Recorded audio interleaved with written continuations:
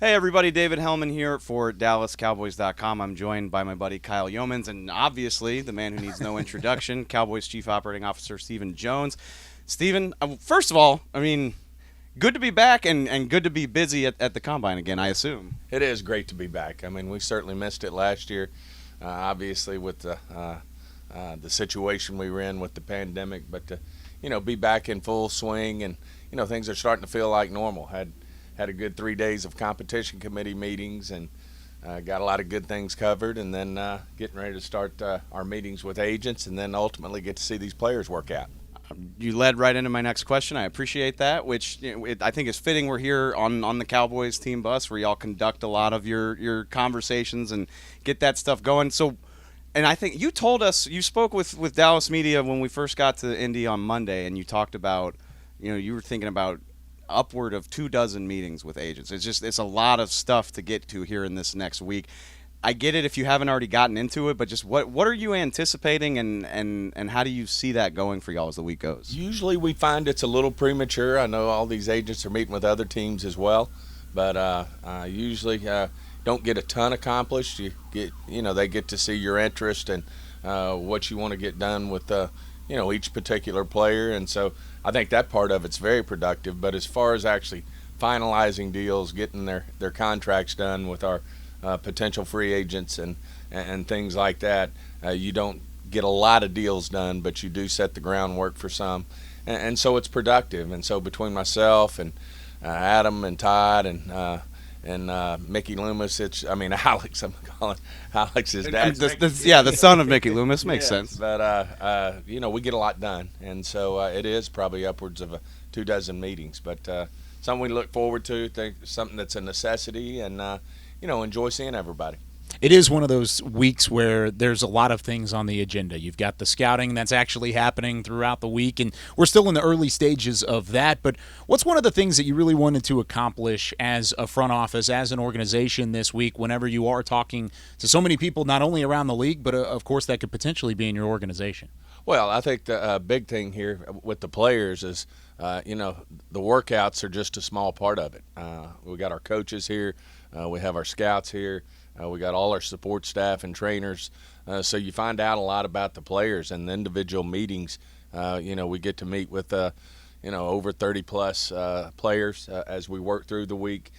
Certainly get to look at all of them in terms of, what their medical situation is, how they work out, those type of things. So it is a productive week to have everybody in one place. Certainly even get to visit with other teams about potential trades if something might make sense. So it's just a great time for the NFL to be all in one spot, and we get a lot done. And you mentioned it already. There are so many conversations being had, and even within the organization as well.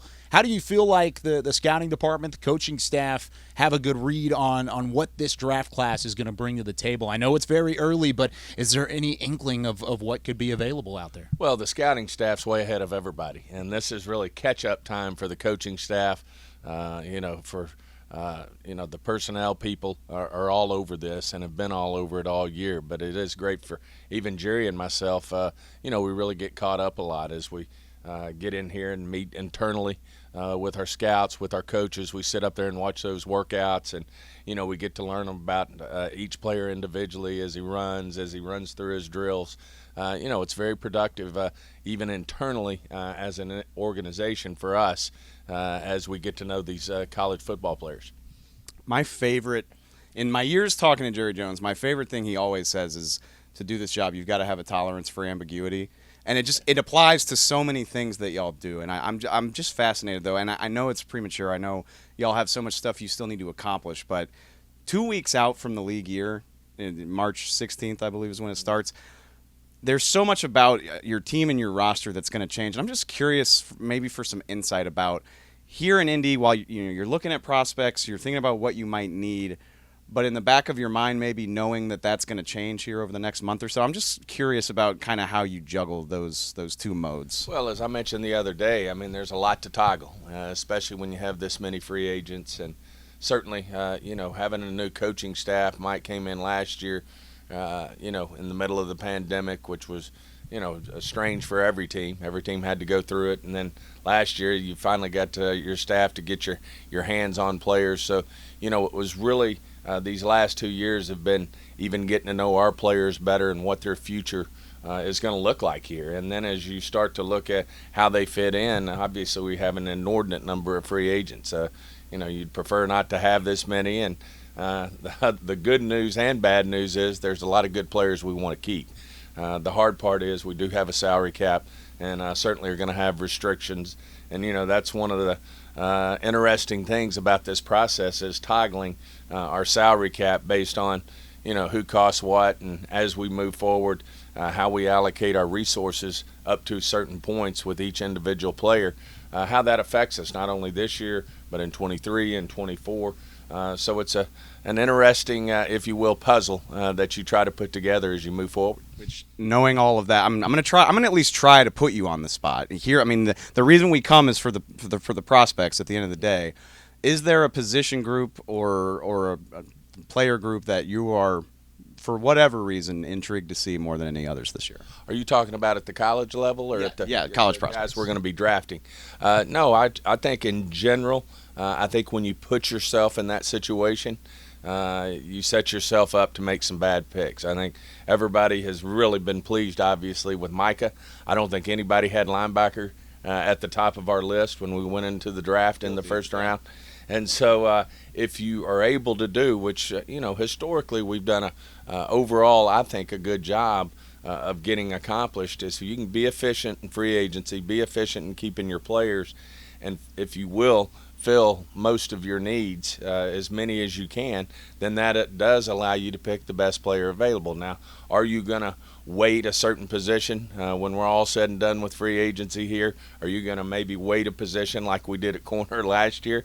Now, 2 of the best corners in the draft went off the board, and there falls Mike in our lap. So you just have to be prepared. You want to be as both what you do in free agency, what you do with keeping your own players, and then as you get ready to sort these guys out for the draft, you want to be prepared in every way in terms of what might come your way. It's that best player available mindset that you guys have talked about over and over these last couple of years. You've hit a couple times with it. CeeDee Lamb, Micah Parsons, and with some of those guys, I know it was kind of late in the draft process where you really started to hear the rumors around there. But with a week like this, do you remember another time where a prospect stuck out to you during the NFL Combine that ultimately you guys ended up taking on draft day? I think it's a little early for that. I mean, obviously, it's interesting to watch our scouts who've been on these guys all year, going to the schools, watching them play. They have their estimates as to what they think they're really going to run or how they might move or how much they might weigh, and to see their reactions when a player runs inordinately fast and they go, oh, my gosh, his stock just went way up, or unfortunately, a really good player doesn't run so well. So then you got to put him in the category, does he play fast enough to be successful in our league? So you have all those different dynamics that work into it. But I do find it interesting to see our scouts and Will's reaction to how some of these guys do in their workouts. Now, with that being said, addressing this roster, addressing the cap situation, are there any places where you guys feel like you need to start? Are there anything that sticks out to you at the moment that it's going to be that first step, that first domino to really get to the point that when draft day rolls around, you're able to have the best player available on your board? Well, we obviously have certain positions. I mean, that we have more than others that are coming up. I mean, we have 3 of our 4 safeties in terms of play time last year. They're up for contract. We have the defensive line group with D.A. and Randy Gregory. That's certainly something that comes to mind. So, yeah, there's situations. Dalton Schultz with Blake Jarwin coming off an injury. He had a successful year. Certainly we don't have a lot of depth there in terms of how we're going to work through that in free agency, how we work through trying to get them signed up here if we can work something out where they can stay with the Cowboys, and then ultimately how that affects the draft. I'm curious. I mean, y'all do have so many impact free agents this year that you've got to sort that out. How does the depth on the current roster inform some of that as well? I mean, people, when you talk about Dalton Schultz, Blake Jarwin, who's a very similar player, comes up in conversation a lot. You've got guys on the roster who can play guard like Connor McGovern. I know it was a long time ago, but Lyle Collins has done it as well. just curious how some of that informs the way you talk about those decisions that you've got to make over the next couple weeks. Well, absolutely. I mean, that totally plays into it. Obviously, if you feel like you have young players that are coming behind and you might have to make a tough decision not to keep a veteran player, that certainly plays into it. So, that's why I just mentioned those players. I mean, we have 3 of our 4 safeties that are up as free agents. So that's going to affect how we look at those free agents, as well as that position in free agency, as well as that position in the draft. Same would hold true for defensive end when you've got Randy Gregory and Dorrance Armstrong up. So those are certainly areas where you're looking at it and saying, here, how are we going to allocate our resources in the big picture? How are we going to allocate our resources at that position? I think it's a big part of what it's about. With how full your schedule is in Indianapolis, I mean, you get here before almost everybody because of the competition committee. I know it takes up a lot of your time. You got the prospects, you got the meetings with agents. Can you just kind of give us a sense of what your days look like? Like, when do you have a chance to check in with Will about what's going on with the prospects? When do you find time to talk to all these agents? I mean, what does a day look like for you while you're here? Every day is different, depending on when our meetings are with competition committee. Usually that works to where we're having dinner after the meetings are over, catching up like that. Certainly we can send text off during the meeting if something's urgent or something comes up that we need to discuss, that needs urgency. But every day's different, and then we roll right out of competition into our meetings with the agents. Those agents start to go home as their players work out, so you really need to hit those on a day like today. Wednesday is a big day for us with the agents, and then you're more into just getting to sit in some interviews with players and watching them work out over at the Dome. Is there a story in the past or another year that you look back on that's one of your favorites in terms of meeting these prospects and getting to know the players as a person? Is there anything that sticks out in your mind, and one of those that either became an all-time great in the NFL or actually ended up as a Cowboy? Well, there's just you see so many different players, and I wouldn't necessarily, like I said, most of this really starts to you start to get your hands around it when you're bringing them in for the 30 visits. We all know our record when we bring players in for the 30 visit. There's usually a chance some of those guys are going to end up with a star on their helmet. So all those things are just part of the process. As I say, this is it's part of it, but it's very preliminary in terms of getting to know these college players, getting to know what they're all about. And then the same thing really with free agency. Even though we're only 2 weeks away, it's still a little early because these players have come this far and they're free.